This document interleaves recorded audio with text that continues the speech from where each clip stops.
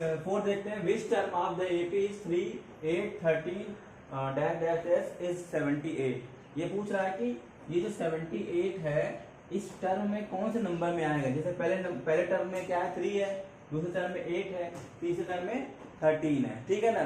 तो ये पूछा 78 कौन से नंबर में आएगा। एन पूछ रहा है आपको, क्या पूछ रहा है, एन पूछ रहा है। अब एन बताइए ये कौन से नंबर का है, ठीक है ना। अब स्मॉल एन लिख लो, कोई दिक्कत नहीं है। एक चीज थोड़ा मिस्टेक हो गई है मेरे से, ये एक्सरसाइज 5.1 नहीं है 5.2, एक्सरसाइज 5.1 ना है 5.2 है, ठीक है ना। इसको करेक्ट कर लीजिएगा प्लीज, इसके लिए माफी चाहता हूँ। आगे देखते हैं which term of the AP. तो अभी कंफर्म क्या हो गया, हमें ए मिल गया, ए की वैल्यू कितनी है 3 है, एंड डी कितना हो जाएगा।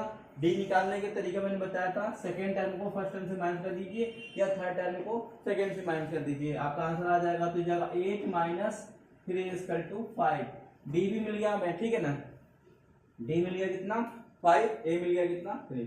अभी हमें ये पता नहीं है ये एन टर्म्स कौन सा है, ठीक है ना। तो हम कैसे निकालते हैं, a n equal to a plus n minus 1 into d, यही करते हैं, ठीक है ना। ये कौन सा टर्म है 78 टर्म। तो यहाँ पे 78 नोट कर लेंगे, इक्वल टू यहाँ पे ए की वैल्यू कितनी है 3 है, 3 कर लेंगे, प्लस एन की वैल्यू नहीं पता, यही तो निकालना है। एन क्या होगा हमें नहीं पता है, तो एन ही तो फाइंड करना है। यहाँ एन नोट कर लेंगे -1, और डी की वैल्यू हमने निकाली थी कितनी 5, तो यहाँ लिख देंगे 5, राइट। अब इसको सॉल्व करना है और आंसर आपके सामने।